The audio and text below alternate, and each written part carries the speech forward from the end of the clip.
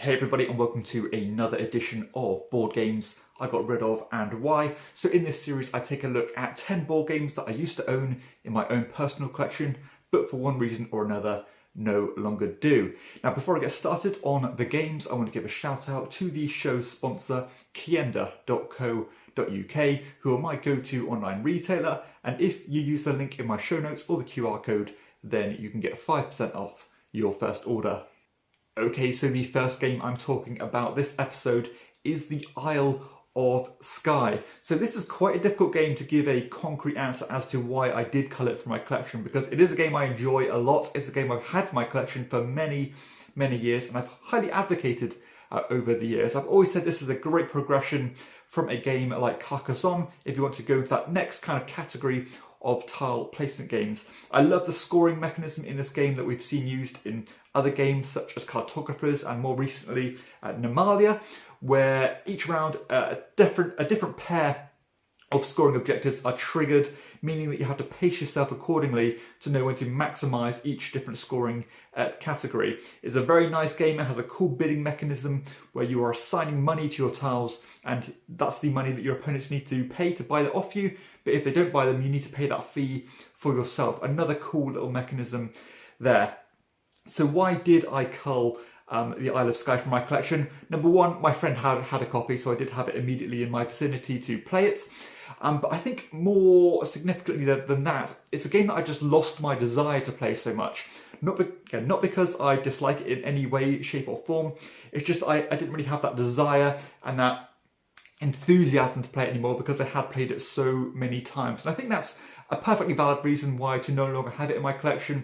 I want my shelves to be full of games that I really have that desire to play and want to play it as soon as possible. Whereas this one, that did kind of diminish a bit just simply through repeated plays. So I've kind of seen everything this game has to offer, and after it, and bearing in mind this game did stand up way stronger than most games I've ever played, because I played this one 15, 20 times. Again, I'm just kind of ready to move on to other tile placement games such as Acropolis, and I still have games in my collection that do use that awesome scoring mechanism such as Cartographers and Nymalia, as I mentioned before. Next up I have Villagers. Now this is a fairly accessible tableau builder game as you are drafting these characters and building tech trees of these characters, trying to kind of improve their skills to generate you more points. It had a degree of engine building to it as you would end up drafting more character cards, playing more character cards to be more efficient. It did have a couple of touches that I did enjoy, where you could pay your opponent to use their characters that you didn't end up acquiring yourself. And it was a fairly tactile game. You couldn't always go down the same pathways because not all of the cards would show up every single game. Now, another game that I don't really feel like was bad in any way, shape or form, but this game never really grabbed me. I was never really impressed by it, and it kind of left me feeling, meh, and kind of a bit, just a bit indifferent, I suppose. And that's not really good enough when there is so much choice in games. I don't really want games that I'm kind of indifferent about to be in my own collection, and I suppose that is why it ended up leaving the collection. Next up, I have Celtis. So it's actually quite rare that I cull a Reiner Knizia design from my collection, but this one is basically the board game version of Lost Cities, which is one of Knizia's most famous and most popular games. It uses the same card play mechanism as you're trying to build runs of cards. In this one, either going up chronologically or numerically, or decreasing numerically. And each time you play a card in this run, you're going to climb a certain track. And basically the trick of this game is trying to climb as high up of these tracks as you can to get you more points at the end. But there's also ways that you can utilise these combos by reaching certain checkpoints, which will then boost you up other tracks. You can end up chaining quite a few things together if you time things correctly. And when that happened in this game, it was very satisfying and a very enjoyable thing to experience. I do like the way that the cards flowed in this game. You're trying to build that perfect run of hands without clogging your hand up too much. And being careful about what you discard because your opponent could take it and use it against you. Love all that stuff. So why did I cull it? This game had the tendency to go too long. So for me, this is a half-an-hour game, and especially in the last couple of times I played this one, it ended up outstaying its welcome by about 20 to 30 minutes, which I think was kind of unforgivable. Now, not all of my plays ended up taking too long, but when it ended up happening more often than not, I kind of ended up putting a bit of a stigma on this game and not pulling it off the shelf anymore. But again, despite me liking the way it worked mechanically, I do have other games in my collection that use that, such as the original Lost Cities, and I even have games such as Photograph, also known as Wind the Film, in my collection if I still want to use that mechanism. So this one kind of lost out to these other two ones, but still a nice game, just sad it went on far too long. Next up I have Sobek 2-player. Now this is a game that objectively I can see its merits. I think it's a well-designed game, but this is the kind of abstract strategy game that I tend to steer away from, and the kind of game that doesn't really gel with me. But this is a game where you have a board full of tiles and you're moving this communal arc piece around the board, collecting these tiles, trying to build sets and sell them with the bigger multipliers.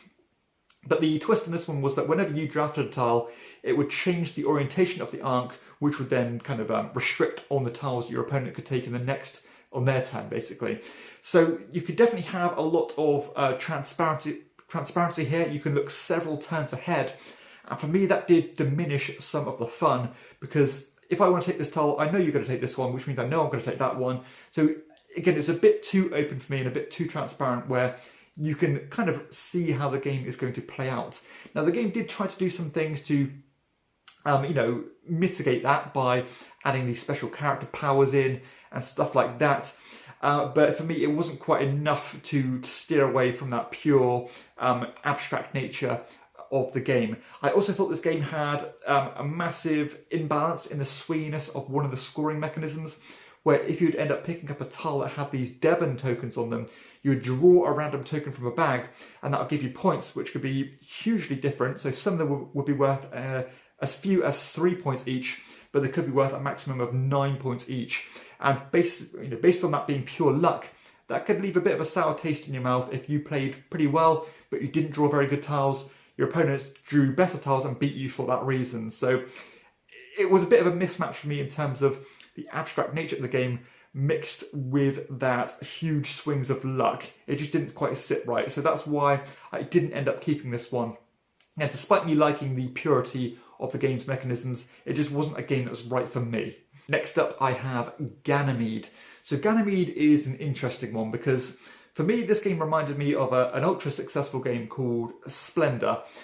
This one definitely didn't reach even a fraction of the success of Splendor, but I think it should have.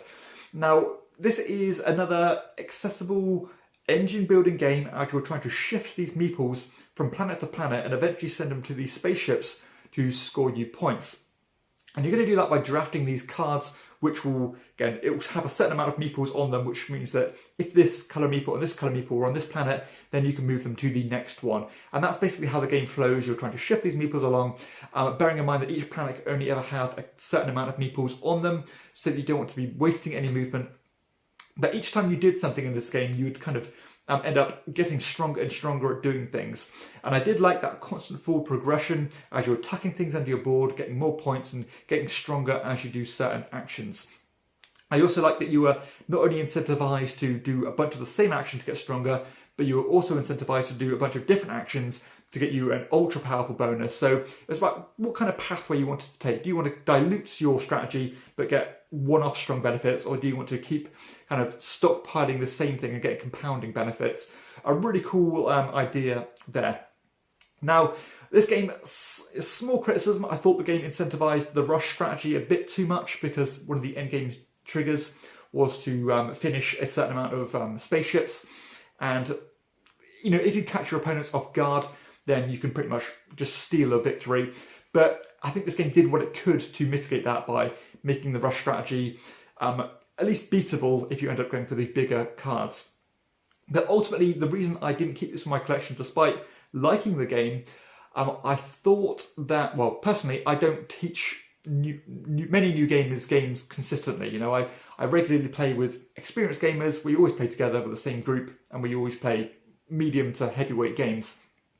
So maybe if I went to a regular games group and I was consistently teaching inexperienced gamers new games, then this might even be one that I would consider keeping around, because I think it fits that niche really nicely, but I don't really see the need for me to have a game like this because it just wouldn't get played and it doesn't have its audience. But I definitely think with the wind in its sails, this one could have been a gargantuan hit because it has all the kind of check marks that those evergreen entry-level games seem to have, but for some reason or another this one didn't quite take off, but I think it should have. So that is Ganymede.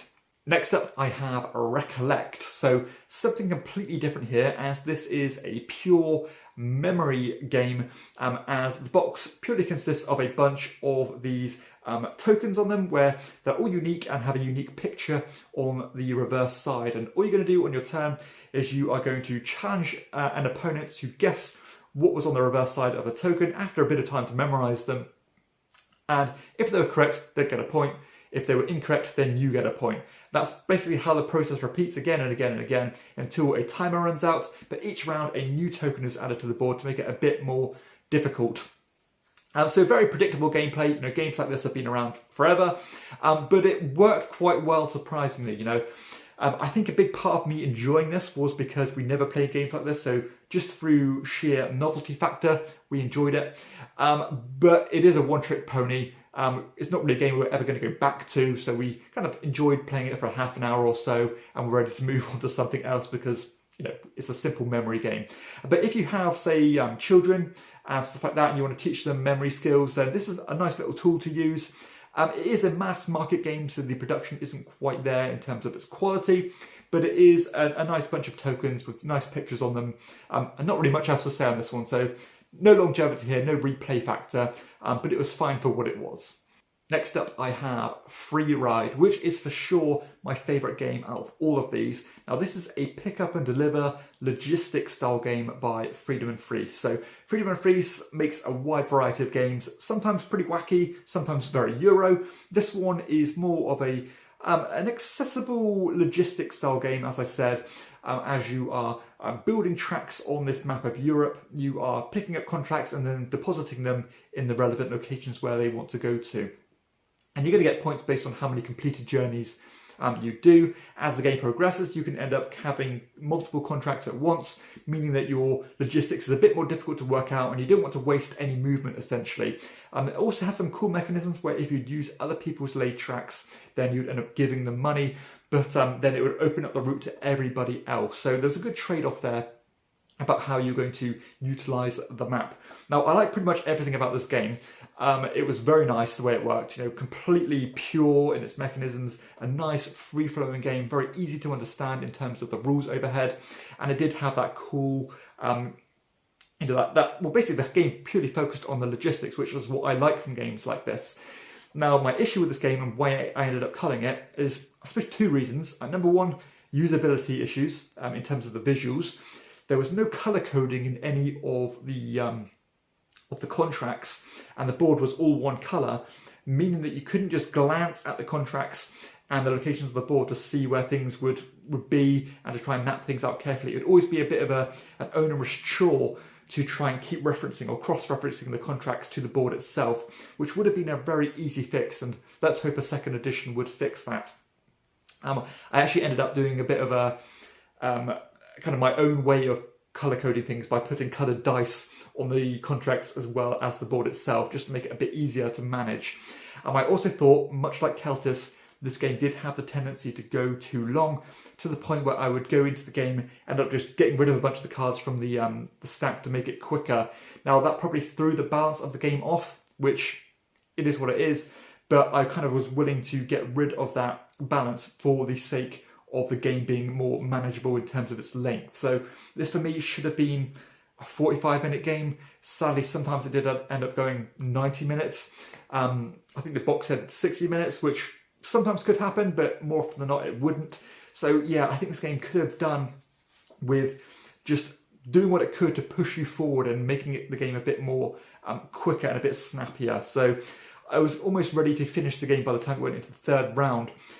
Which, again, all of this is a shame because I actually really like the game itself, and it almost is kind of tailor-made for my own collection because I like these kind of evergreen feeling style games, but this one just missed a trick on a few of those things. Again, that usability in terms of the colour coding and also just having the tendency to go a bit too long. Next up, I have Sweetlandia. Now, I'd be surprised if you guys have heard of this one, and I'm not even sure how I ended up hearing about this one, but this is a simultaneous bidding style game that uses the for sale mechanism. If you know that game where you are playing your bid at the same time as all the others, and then if you play the highest number, then you get first choice out of the scoring cards. And I like the combos of these scoring cards in this game, as some would say, score a point for each other of these cards you have in your set, or this is just worth X amount of points. All these different things, very tried and tested set collection methods. But this one would be would also have public objectives out there, which would often conflict with the scoring cards. You always have to weigh up about how to optimally score everything. And I like the way that worked. This game had a very simple, I think it was a 3-round structure. And at the end of each round, generally, you would get rid of all your cards and start again from scratch. But some of them would have a certain symbol on which would stay in your tableau, meaning that when you drafted future cards, the potential for bigger combos were larger. You could always score more points round after round, which always felt good and make the game feel like it had a forward trajectory and, a good crescendo to get more and more points. A very nice filler game, very quick, very enjoyable. But I think I have very similar games, such as the aforementioned For Sale, in my collection that do similar things. So I think I'd always lean towards For Sale before playing this one. And I like the idea in For Sale that, you are bidding for your turn order cards or your initiative cards in the first place in that kind of 2-phase structure. Whereas this one, you were given a preset bunch of cards with a kind of a fairly spread bunch of numbers. Which it kind of felt a bit more, I don't know, it felt a bit less authentic, and it felt like a bit fixed in terms of what you could bid, rather than actually acquiring those cards yourself. So it felt a little bit manufactured in that respect, but I am nitpicking. It's a very nice game, but just one that I thought it didn't quite stand up to the greats in its own genre. Penultimately, I have Hickhack in Hickhack. Now, this is another simultaneous selection game with a very silly theme, as you have, I think it's 6 different tiles on the board, and each round there'll be a bunch of these breadcrumbs that will be deposited on them in a kind of semi-random fashion. And what you're going to do is that each player is going to have a hand of cards, then you're going to be simultaneously selecting one of these cards, revealing them, and then basically trying to grab the breadcrumbs. If you are the only player to play a card with a matching colour to a certain location, then you'll get all the breadcrumbs. If you and another player will go there, you can either choose to share, or you can have a bit of a dice fight by rolling dice and seeing who would get all of the breadcrumbs. But there would also be these fox cards in the decks, which meant that if you go to the same location as a bird card, you would eat the birds and then get the points that way. So it had these different layers of simultaneous selection. I know that you know that I know that you know that we're going to go to this location, therefore I might go to this location to try and get avoided. You thought I think that, so you go that location. You know the kind of games that I'm talking about here. And this one was a lot of fun, but it was a bit of a one-trick pony, and it did require higher player counts to get the most from it. Now, sadly, and more often than not, I am playing with 2 or 3 players. This game starts to shine at least 4 players. So I never really pulled this one off the shelf because I didn't really have the opportunity to do so. So sadly, for that reason, I couldn't really warrant the shelf space. We definitely had some good times with it, but again, the longevity-wise, it doesn't quite hold up to the great games, like, as I mentioned again, For Sale, which uses that simultaneous selection system to to the highest potential. Which I think it's so difficult when there are such amazing games out there that feel so, really do utilise a mechanism perfectly. When another game comes out and does the same thing, it just struggles to hit those heights. So despite me liking a lot about this one, it did have a good fun factor, some laugh out loud moments, but ultimately, again, the longevity wasn't there, and it did require those higher player counts. And the final game I'm talking about today is Denita. This is a flip and write style game that, to be honest, I don't have too much to say about, so not the most exciting game to end the video on. This is a fairly standard flip and write game, ticking off boxes, you're filling in things to get to the next things, to get to the next things. This game did have a kind of a cool colour coding system where the more you take a certain type of card, you get more stronger abilities, but you only were limited to do the same action a certain amount of time. So if you wanted to keep spamming the same action for the sake of those follow-up bonuses, if you wanted to go to that card later in the game when you really need it, you might not have the capacity to do so. So sometimes spreading yourself thinner was the better idea. There were public objectives here, trying to discover these dinosaurs, get better technology, very standard stuff here. And this game was definitely released during the time where flip and write and roll and write games were saturating the market. This one was slightly more advanced than a lot of the more popular ones, and the style of games that I enjoyed a bit more. You know, the roll and write type games, I tend to like very accessible ones that take no time to set up or explain and take 15 minutes to play. This one you were looking at around half an hour to 45 minutes to play, and did take a little bit more to wrap your head around. So it did struggle to find its place in my collection. I don't think it really had that extra spark or something special to make it stand out from, again, that's such a saturated space. And despite me not really having much bad to say about it, I don't really have anything exciting to say about it either, which is not a great reflection on the game, sadly. So it's just a sign of the times, being so many games out there, this one didn't quite hold its own. And I think that reflects in not many people talking about this one at all. So I actually have reviewed this one, and I still haven't uploaded it. So I think I reviewed it at the same time as I did Ganymede. So hopefully I'll release that video soon so you can get my full thoughts on the games. But that concludes the video. Hopefully you have enjoyed it. If you have, please be sure to hit like and subscribe to my channel, and check out my other content too. But for everybody else, I'll see you next time on Chairman of the Board. Bye bye.